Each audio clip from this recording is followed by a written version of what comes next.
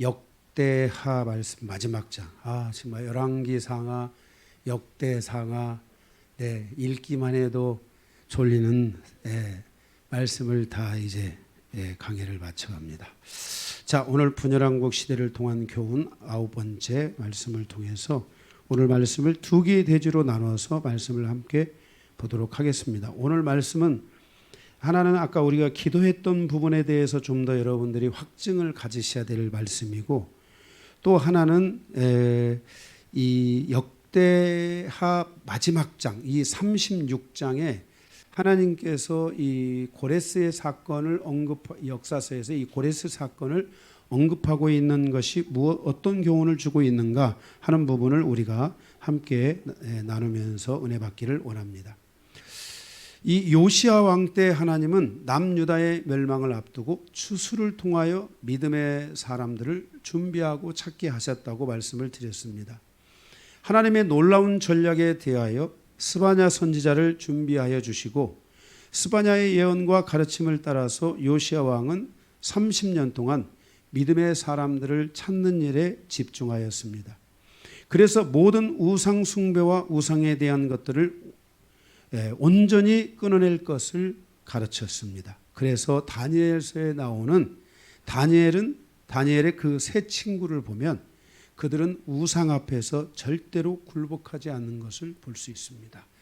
왜 이렇게 우상 앞에 굴복하지 않을 수 있었던가? 그것은 바로 이 요시야 왕 때의 개혁을 통해서 미래 세대, 이 남유다의 멸망 후에 있을 미래 세대를 준비하는 그 철저한 그 과정을 통해 하나님으로부터 발견된 바로 그 살아남은 자들, 그들의 믿음은 정말 대단한 믿음이었고 실질적인 믿음이었고, 그들은 어떤 상황에서도 무너지지 않을 수 있는 준비된 믿음을 갖게 하셨다는 것입니다. 또한 하나님의 말씀 앞에 견고하게 섬게함으로 다니엘과 같은 하나님의 사람이 탄생하였습니다. 비록 바벨론에 의해서 멸망을 당하겠지만 요시야 시대에 일어났던 개혁을 통해서 남유다는 새롭게 일어설 수 있는 기틀을 만들어갈 수 있었던 것입니다. 바로 이때 일어났던 사람들, 우리가 성경의 구약에 많은 유명한 분들이 있지만 정말 이때 일어났던 분들, 다니엘, 그들의 친구, 에스라, 느헤미야, 에스더, 학개, 스가랴 등등, 그때 일어났던 분들의 이 하나님의 종들의 이 놀라운 역사는 바로 하나님의 이 종말의 시간을 예고하는 데까지 하나님이 귀하게 쓰시는 놀라운 역사가 있었는데, 바로 이때 이런 사람들이 일어난 것입니다. 그러나 요시야 왕 시대로부터 하나님께서 계획하신 것을 받아들이지 못하고 오히려 진리에서 떠난 사람들로 인하여 멸망에 이르는 사람들이 90%나 되었다는 것을 우리는 다시 한번 깨달을 수 있어야 합니다. 우리는 늘 10%만 생각하는데 그 10% 밖에 있는 90%의 사람들도 존재했다는 것입니다. 남유다의 멸망과 그 후에 있었던 바사왕 고레스 시대에 있었던 일들을 통해서 교훈하고 있는 것은 무엇인가? 오늘 본문에 말씀하고 있는 내용에 교훈하고 있는 두 가지의 교훈을 통해서 우리가 함께 은혜 받는 시간이 되기를 원합니다. 아멘. 아주 중요한 부분이겠죠. 두 개, 마지막 주시는 교훈 두 개. 자, 오늘 두 개, 첫 번째입니다. 오늘 말씀 어렵지 않습니다. 또 길지도 않습니다. 끝날 때는 빨리 끝내야 또 여러분 좋아하잖아요. 그래서 우리가 같이 은혜 받기를 원하는데, 첫 번째는 유다의 멸망과 선지자들의 미혹된 예언이 주는 교훈입니다. 1절에서부터 21절입니다. 제가 자꾸 이 목이 이게 딱딱 달라붙어 가지고, 히스기야 왕 시대에는 어떤 선지자가 있었죠? 이사야 선지자가 있었잖아요.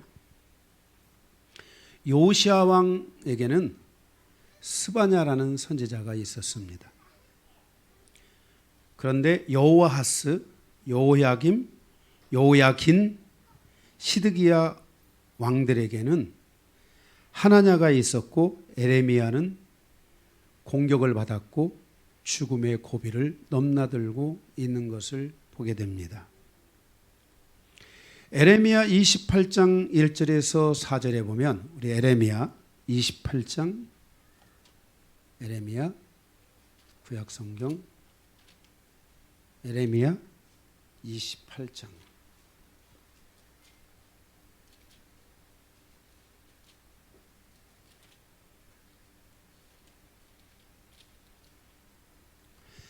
1절에서 4절에 보면 제가 한번 간략하게 읽겠습니다. 그의 곧 유다왕 시드기야가 다스리기 시작한 지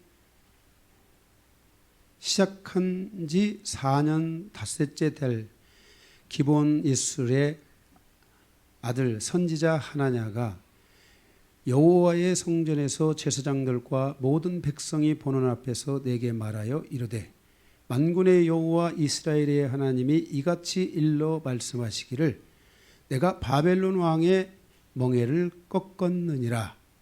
내가 바벨론 왕 느부갓네살이 이곳에서 빼앗아 바벨론으로 옮겨간 하나님의 성전 모든 기구를 2년 안에 다시 이곳으로 되돌려 오리라.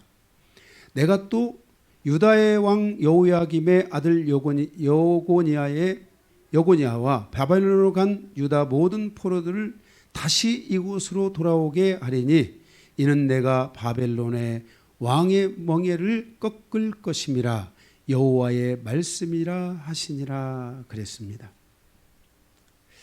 이 지금 읽은 이 에레미야 28장 1절에서 4절은 바로 오늘 우리가 읽은 본문에 나와 있는 왕들의 시대에 있었던 바로 하나냐라는 선지자가 남유다의 멸망과 관련해서 그들이 바벨론의 포로로 잡혀가는 것과 관련해서 이 모든 것들과 관련해서 예언을 할 내용인데 이 예언은 거짓이었고 이때 여호아하스로부터 시드기야에 이르는 왕들에 이르기까지 이들은 모두 하나냐의 예언을 따라서 나아갔습니다.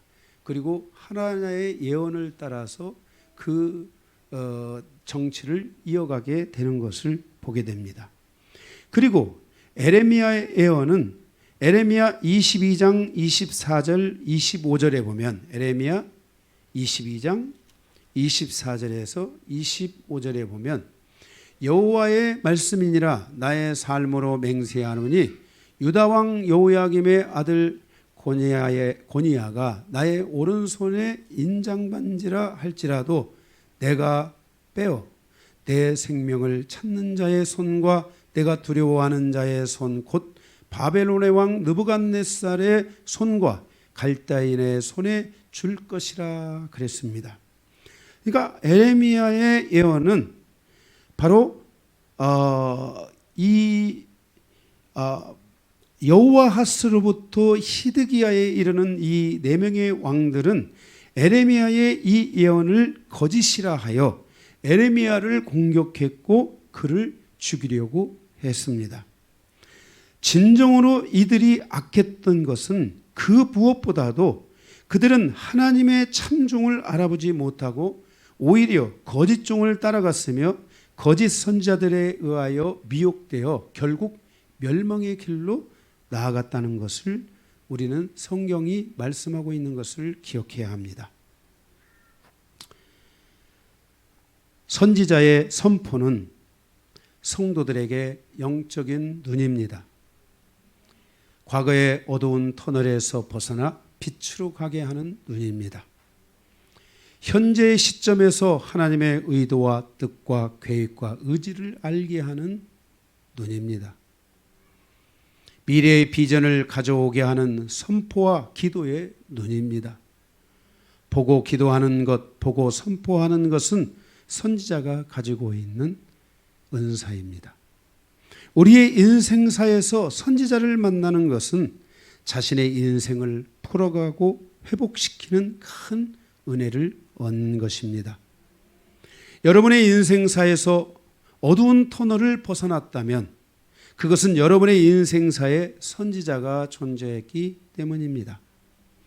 여러분의 인생사에서 인생사에서 현재 나에게 역사하고 있는 하나님의 의도와 뜻과 계획과 의지를 보았고 알았고 느꼈고 그 길로 나아갔다면 그것은 여러분의 인생사에 선지자가 존재했기 때문입니다.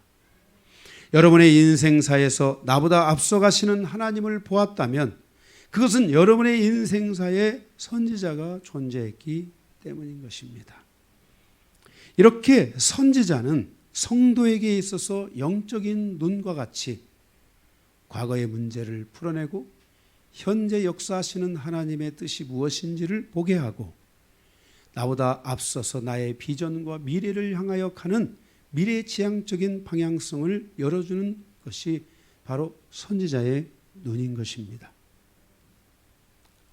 남유다의 멸망을 앞두고 있을 때 에레미야는 선지자였고 하나냐는 거짓 선지자였습니다.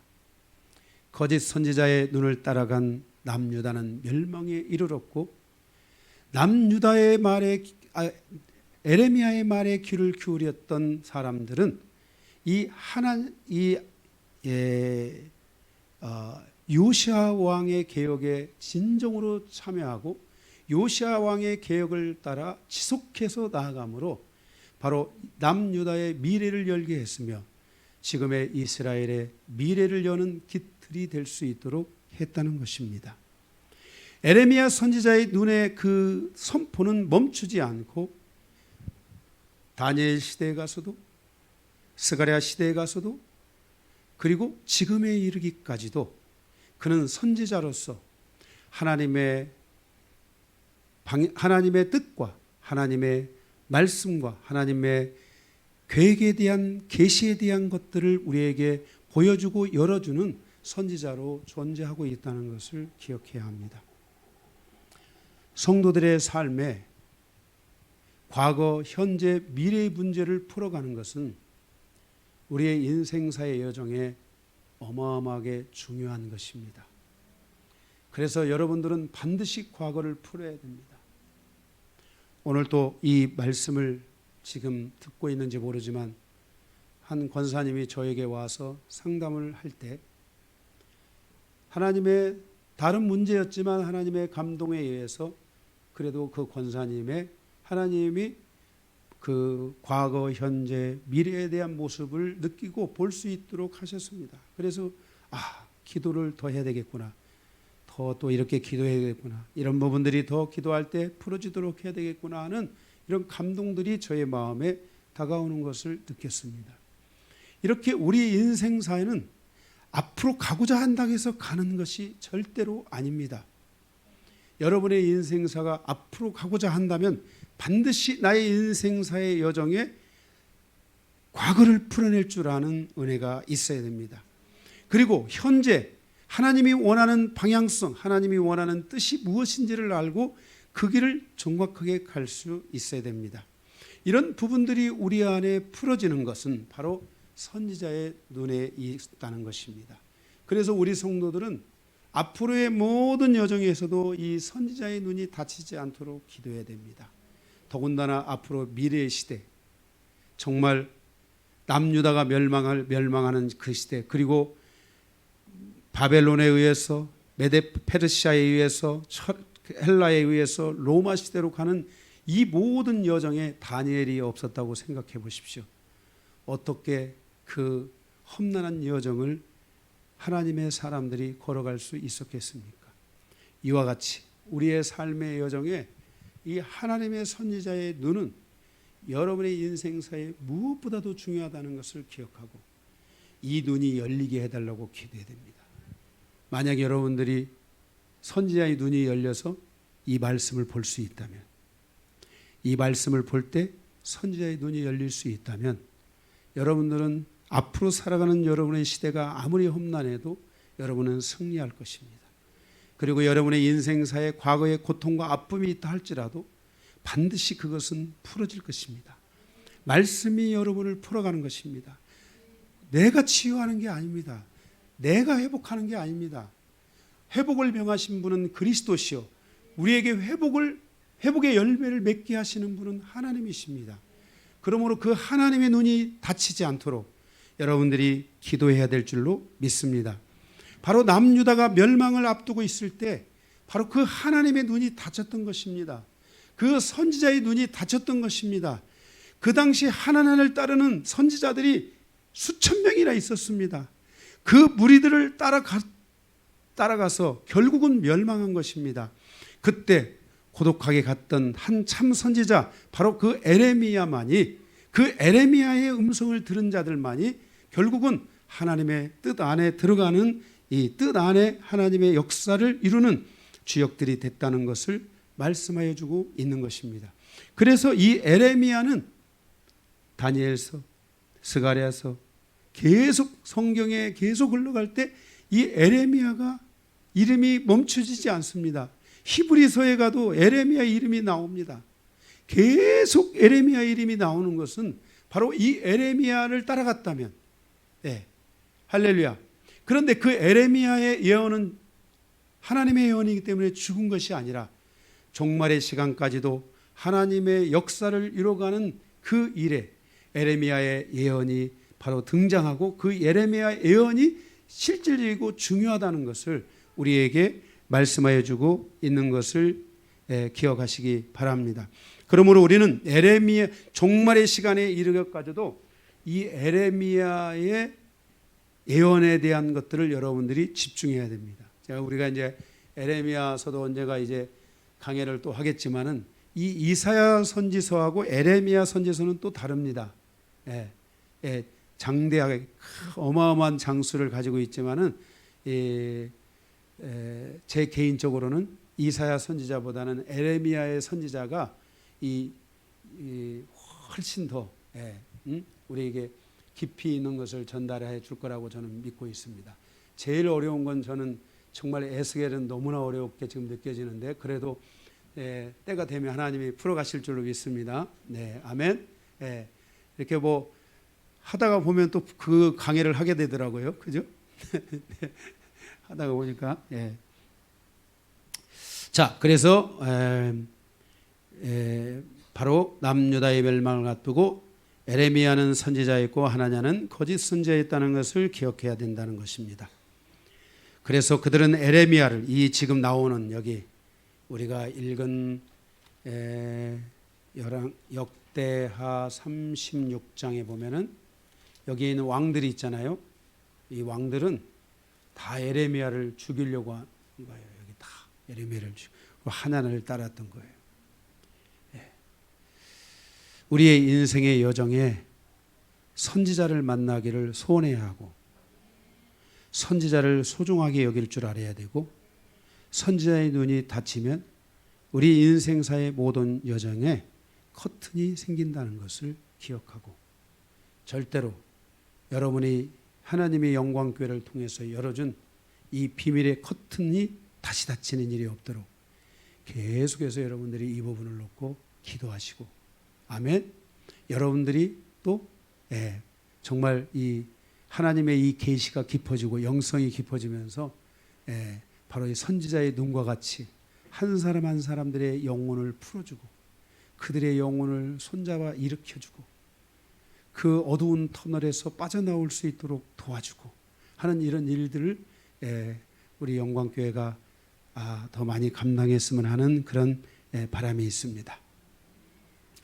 두 번째, 자,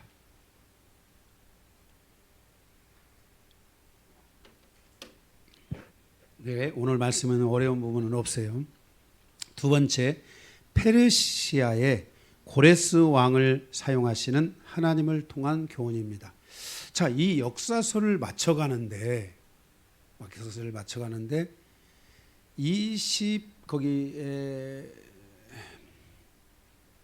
19절, 20절부터 나오지만은 구체적으로 22절, 23절에 갑자기 바사의 고레스 왕 원년이 나옵니다.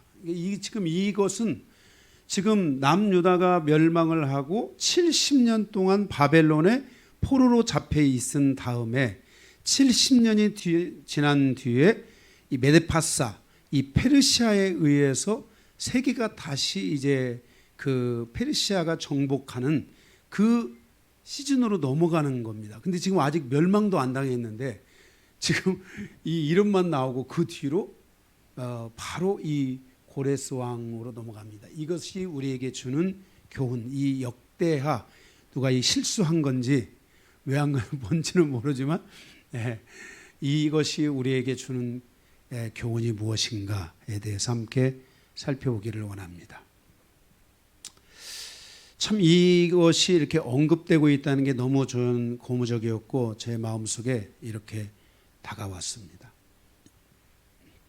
이 기록으로 인하여 이스라엘의 역사는 예수 그리스도와 함께 새로운 시작과 그 끝, 그리고 예수 그리스도의 강림에 대한 예시를 담고 있다는 것을 우리에게 말씀해 주고 있는 것입니다. 다시 말해서 이 역대하의 주역이 순수 유대인들, 이스라엘 사람들이라면 이 순수 이스라엘 사람들은 이제 시작, 예수 그리스도의 초림과 함께 그 역사의 시작을 같이 이루지는 못했을지라도 역사의 그 마지막 종말의 시간에는 반드시 이 이스라엘 유대인들이 예수 그리스도의 강림과 함께 종말의 시간을 함께 맞이한다는 것을 우리에게 예시하고 있고 우리에게 여기서 말씀하고 있는 내용이라는 것을 우리는 기억해야만 할 것입니다. 22절에 고레스 왕 원년은 BC 526년으로 하나님은 고레스 왕에게 감동하여 에레미야 때에 예언하였던 성전을 건축하게 합니다. 이때 건축한 성전이 바로 우리가 학개서에서 보았던 바로 스룹바벨 성전입니다. 스룹바벨 성전은 에레미야가 예언한 70년 후에 너희가 다시 회복되어 돌아오리라고 예언한 것에 대하여 바로 이 에레미야가 예언한 70년, 그 70년에 대하여서 다니엘이 70년이 지난 뒤에 거의 지난 끝자락에 하나님 앞에 나아가서 엎드려서 기도합니다. 하나님, 우리가 바벨론의 포로로 잡혀온 지 이제 70년이 다 되었습니다. 그러면 이제 하나님께서 명하신 바로 그 이스라엘의 회복이 바로 이때를 말씀하신 것입니까? 라고 에레미야가 묻습니다. 그때 하나님의 천사가 와서 가브리엘이 와서 바로 그것을 해석해주고 가르쳐주는 내용이 있는데 그게 바로 다니엘의 70일에입니다. 다니엘의 70일에 이것은 바로 바벨론의 포로 생활을 마치고 온 70년이 아니라 다니엘의 70일에라는 것은 한 일해를 7년으로 잡아서 77에 49, 490년 후에 이스라엘의 회복이 있다. 여기 이것 좀 잠깐 갖다 주세요. 여기 어려울 수 있어요, 지금. 우리 성도들이 숫자 같은 거 나오면은 굉장히 어렵게 생각합니다. 이 부분 여러분들이 이제 종말의 시간에 대한 이런 부분들을 우리는 시한부 종말론을 믿지 않습니다. 우리는 아멘.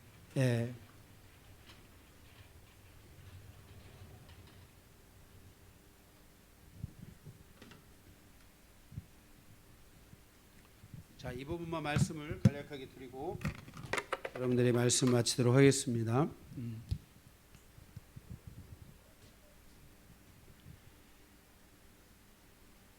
지금 이때가 526년인데 이 526년 이때에 고레스 왕에게 하나님께서 성전을 지으라고 해서 성전을 짓는 데 필요한 것, 이스라엘이 지금 포로로 잡혀 있으니까 재정적인 부족함이 많잖아요. 그래서 그것을 고레스 왕이 지원을 해서 성전을 건축하라고 해가지고 524년에 수룹바벨입니까? 수룹바벨입니까? 나도 지금 좀 나이 먹으니까 이런 게 별거 아닌데 수룹바벨? 응? 네? 로에다 비읍이에요. 예, 맞아요. 그러면 자, 그래서 이때 이제 524년에 성전을 건축하기 시작해가지고 522년에 학계 선지자에 의해서 이 스룹바벨 이 성전이 완성된데 그 성전의 의미가 무엇인지를 풀어주는 게 학계예요. 학계예요. 제가 학계 강의를 해드렸잖아요. 자, 그런데 바로 이 526년 이전에 그 에레미야가 바벨론의 포로에서 70년 후에 돌아올 것이다. 그래서 이때 이스라엘에 회복이 있을 것이다 라고 말했는데 다니엘이 이 부분에 대하여 70년이 되었을 때 기도를 드리는 거예요. 다니엘이.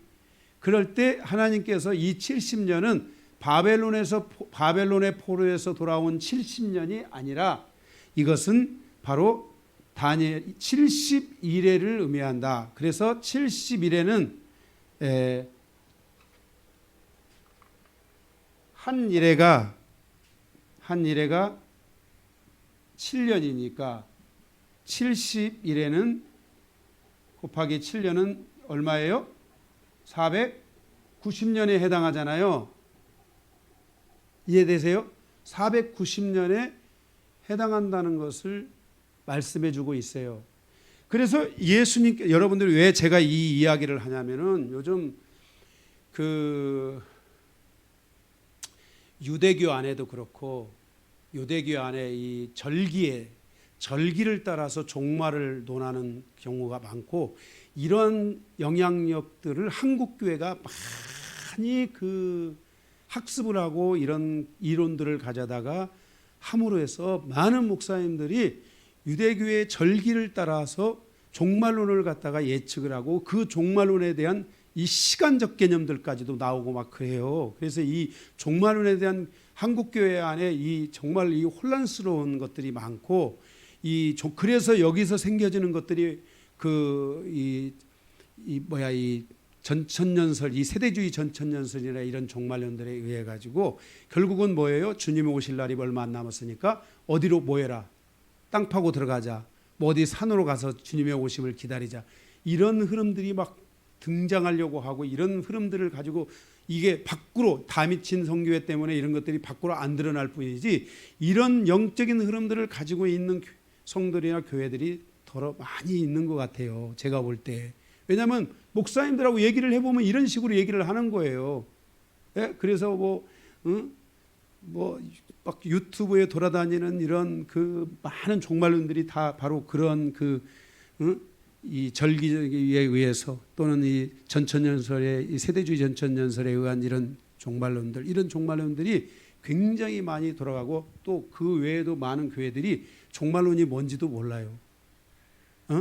예수님이 뭐 오심이 어떤 것이고 이런 것도 너무 모르는 분들이 있어요. 근데 제가 이런 걸 여러분들에게 말씀을 드리는 이유는 여러분들이 종말에 대한 그러한 시각을 가지고 있어야 돼요. 이 마지막 때를 여러분들이 살아가려면은 종말에 대한 그런 심령들이 있어야 되고요. 종말에 대한 주님이 그러셨잖아요. 하나님을 믿고 하나님을 의지하는 사람들에게는 종말에 대한 그 시간표들을 어렴풋이 알려주세요. 무슨 말인지 알겠어요?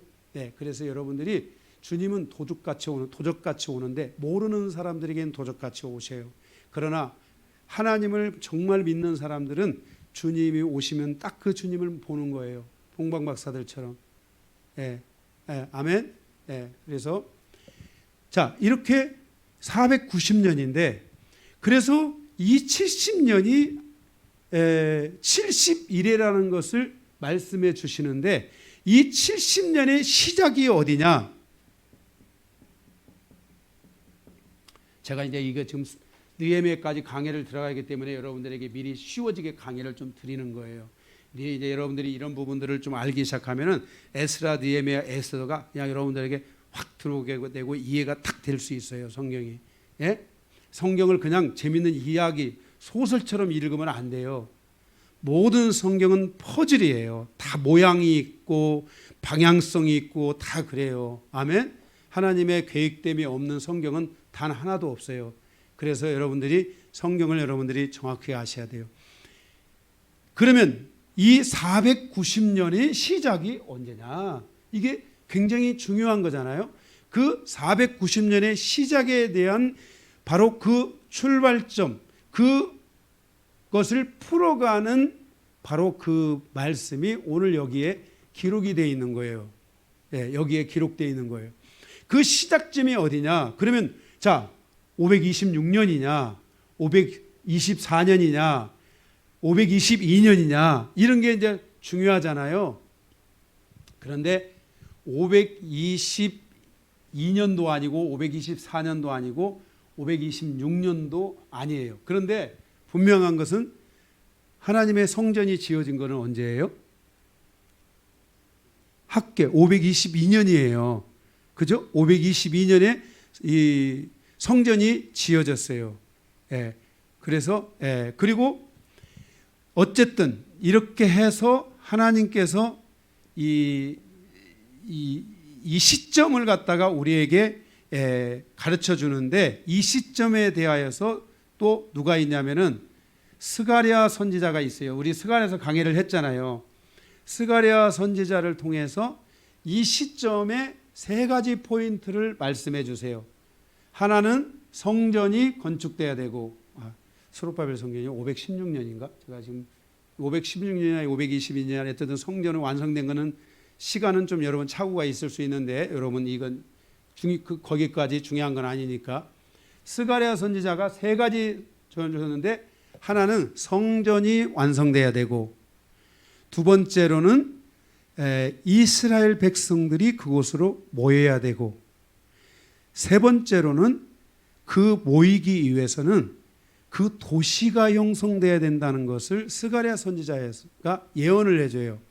그런데 우리가 이제 보게 될 이 예언이 있었는데 느헤미야 시대에 느헤미야 이 선지자가 중요한 이유는 이스라엘이 성전을 지어놓고 백성들을 오라고 하니까 와요, 안 와요? 안 와요. 왜냐하면 거기가 허벌판인 거야.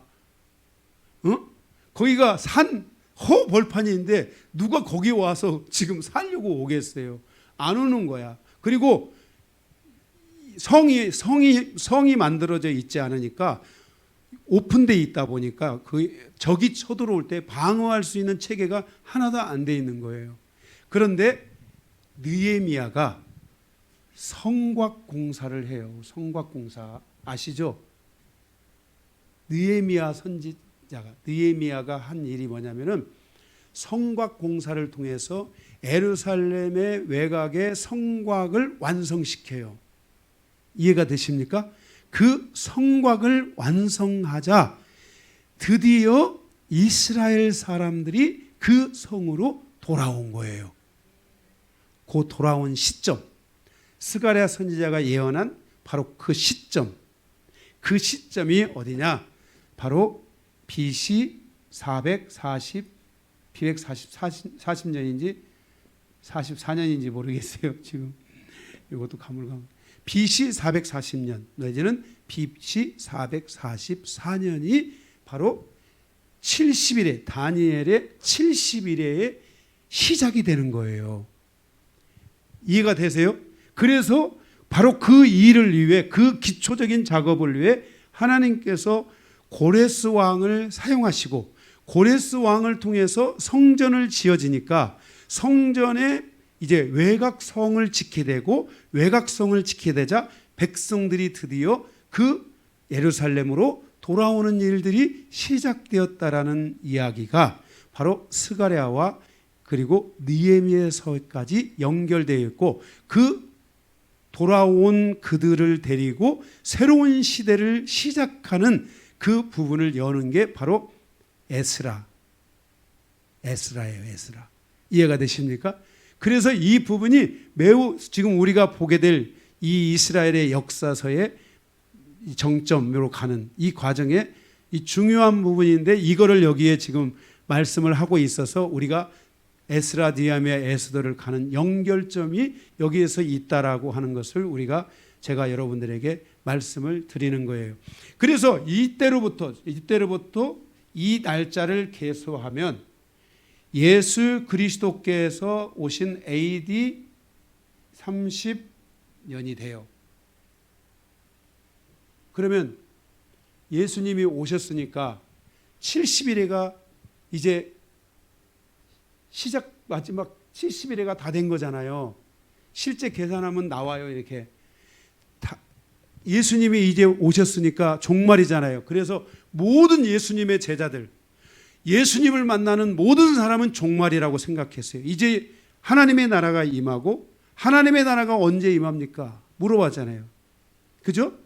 네, 그래서 하나님의 나라가 임하는 줄 알았고, 모든 제자들 또한 바로 하나님의 나라가 이제는 도래하는 것으로 봤어요.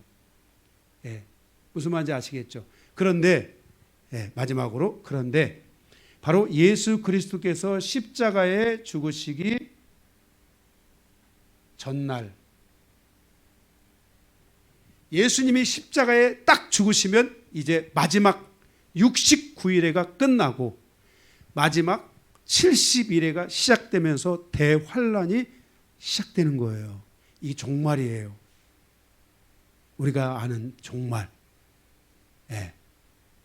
아마겟돈 전쟁이 일어나고 하늘과 땅에서 불이 내려와서 온 도시가 불바다가 되며 이제 땅이 멸망을 당하고 하나님의 나라가 열리는 바로 그 종말이 여기서 이루어지게 되는 거예요.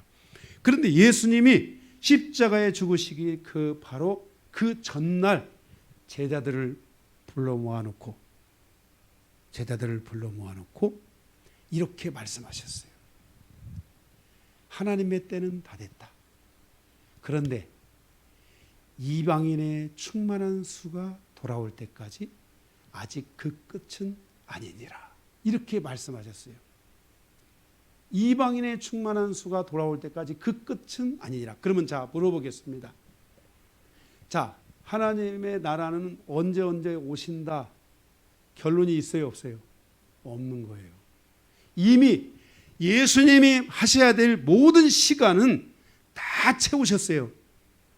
다니엘의 70일에 필요한 한 일에 마지막 7년 대환란을 남겨놓고, 요한계시록에 나와 있는 7년 대환란을 남겨놓고 모든 시간은 예수님이 다 십자가에서 딱 죽으시는 날까지 모든 시간은 딱 채운 거야. 다 이해가 되십니까? 그러니까 이제는 오늘 오실 수도 있어. 내일 오실 수 있어. 제가 요한계시록 할 때 그랬잖아요. 요한계시록 4장입니까? 하나님의 아버지의 보좌 앞에서 형제들이 울면서, 피 흘린 자들이 울면서 언제 오십니까? 언제 주님이 오십니까? 언제 주님이 오십니까? 하고 아버지 앞에 가서 거기서 기도를 드리는데 거기에서 음성이 나왔어요. 아직 그 피 흘린 자들의 수가 다 채워지지 않았다. 이렇게 딱 말씀하세요. 그래서 주님의 날은 정말 우리에게 가까이 와 있다는 것을 여러분이 알아야 돼요. 코로나? 여러분이 코로나는 그냥 코로나 지나가면 안 돼요. 믿는 사람들은 이 코로나가 베드로서에 말씀하고 있는 것처럼 만약 너에게 환란이 올 때 그 환란이 아버지의 집으로부터 온 것이라면 종말이다. 너는 빨리 너의 가는 길을 돌이켜서 너희 가정으로 가 나를 맞을 준비를 하라. 우리가 마태복음 강해를 이제 보다 보면은 슬기로운 5 처녀가 있잖아요. 이 마태복음 강해에서 중요한 핵심 중에 하나는 기름을 우리가 부족하면 안 된다는 거예요. 기름이 부족하면 안 된다는 거예요. 슬기로운 5 처녀는 기름이 준비되어 있어서 주님을 맞이했다는 거예요. 응? 아멘? 네. 그래서 여러분들이 모든 여러분의 이 종말의 시대를 살아가는 성도들은 진짜 예수님이 딱 계셨을 때 제자들은 긴장했어요. 주님의 종말이 왔다고. 우리가 이 종말의 시대를 살아가는 성도 여러분, 여러분 앞으로 2030년, 2040년, 여러분 그것이 여러분에게 어떻게 느껴지고 어떻게 다가옵니까? 지구촌 안에 있는 모든 것들이 이제는 종말을 가져오는 그 시그널이 언제 시작될 거라고 여러분 생각하십니까? 제가 여러분에게 공포감을 드리려고 하는 것이 아니라 예수 믿는 사람들은 종말에 대한 이런 기본적 상식과 지식을 가지고 있어야 되고, 제가 그랬죠. 유대인들은, 특별히 종말을 믿는 유대인들, 길을 아들과 함께 친척집에 가서 길을 가다가 자리에 앉았는데, 잠깐 쉬어가기 위해서 앉았는데 하늘에서 깃털이 쓱 떨어지면 그는 두말하지 않고 아들의 손을 잡고 뒤를 돌려 가정으로 돌아가 주의 오심을 준비한다는 말이 있어요. 그래서 그들은 그러한 이야기들을 어디에서 늘 하냐면은 무화과 나무 아래서 하는 거야. 그래서 요한복음에 예수님께서 무화과 나무 아래서 대화하고 있는 니고데모를 만나는 거야. 이해가 되십니까? 예. 그래서 여러분들이 이런 사실들을 여러분들이 기억하고, 시간 뭐 언제 또 있다, 뭐 다니 더 시간이 언제가 다 가야 된다, 뭐 시간이 얼마가 있다, 뭐 언제가 기다, 다 가짜야. 무슨 언제가 켜? 다 채워졌어. 이미 다 채워졌어. 이제는 뭐예요? 하나님 앞에 피 흘린 순교당하고 복음을 위해 살고 말씀을 위해 사는 자들이 충만하게 채워질 때, 요한계시록에 순교자들, 말씀을 위해 삶을 살아가는 거룩한 영혼들, 그 거룩한 말씀에 의지하여 하나님의 복음을 전하는 자들이 충만하게 채워질 때, 그때 바로 종말이라고 주님은 말씀하고 있어요. 이 종말의 시간이 우리에게 유대인적 해석으로는 그래요. 이 종말이 하루 만에 올 수도 있다. 유대인은요, 성경의 유대인은요 10년을 가지고 회개하는 게 아니에요. 유대인은 단 하루 만에 전 유대인 공동체가 회개하고 돌아올 것이라고 스가랴서에 말씀했어요. 그래서 우리는 종말의 시간이라는 것의 가장 중심에 유대인들이 있어요. 유대인들이 회개하고 돌아오는 그 순간은 이 종말이에요. 근데 그 회개하고 돌아오는 게 하루 만에 회개하니까 언제 어떻게 될지 모르는 거야. 진짜로. 그래서 여러분들이 이런 종말에 대한 시간표들, 이런 것들 여러분들이 계속 깨어서 여러분들이 듣고, 이 마지막 때가 지금 어떻게 우리에게 다가오고 있고, 나는 하나님의 자녀로서 어떤 삶을 살아가야 되고, 나의 삶의 방향성이 어떠해야 되고, 이런 것들을 여러분들이 가지고, 여러분들이 이 세상에서 뭔가 성공하기를 기대하고 바라는 이런 잘못된 불타 없어질 허황된 생각 갖지 마시고, 그것은 다 보너스야. 여러분이 준비되어 있으면 마지막까지도 하나님은 여러분을 쓰실 거야. 마지막까지도 하나님은 여러분에게 하나님의 거룩한 영광을 위해 쓰임받을 수 있도록 필요한 모든 영권, 인권, 물권, 축복권, 모든 자연권 것들을 다 풀어주실 거야. 그러나 정작 내가 그것들을 위해 풀어줬어도 내 안에 하나님의 거룩한 영광이 없고, 예수 그리스도께서 우리에게 말씀하신 이 마지막 때를 향하여 가는 이 길이 내 안에 없다면, 이 길이 없다면, 그랬죠. 고린도전서 15장, 부활이 없다면 너희가 가장 불쌍한 자니라. 바로 주님 오실 그날을 바라보며 여러분들이 가시기를 주님의 이름으로 축복합니다. 하나님의 나라는 어제나 오늘이나 영원토록 동일하고, 그 나라는 지금도 진행되고 있으며 그 마지막 완성을 향해 나아가고 있습니다. 우리도 고레스 왕처럼 하나님의 성령에 감동된 삶을 살아가야 합니다. 단 한 번뿐인 우리의 인생사가 하나님의 성령의 감동에 의해 쓰임받기를 간절히 소망합니다. 말씀을 마치겠습니다.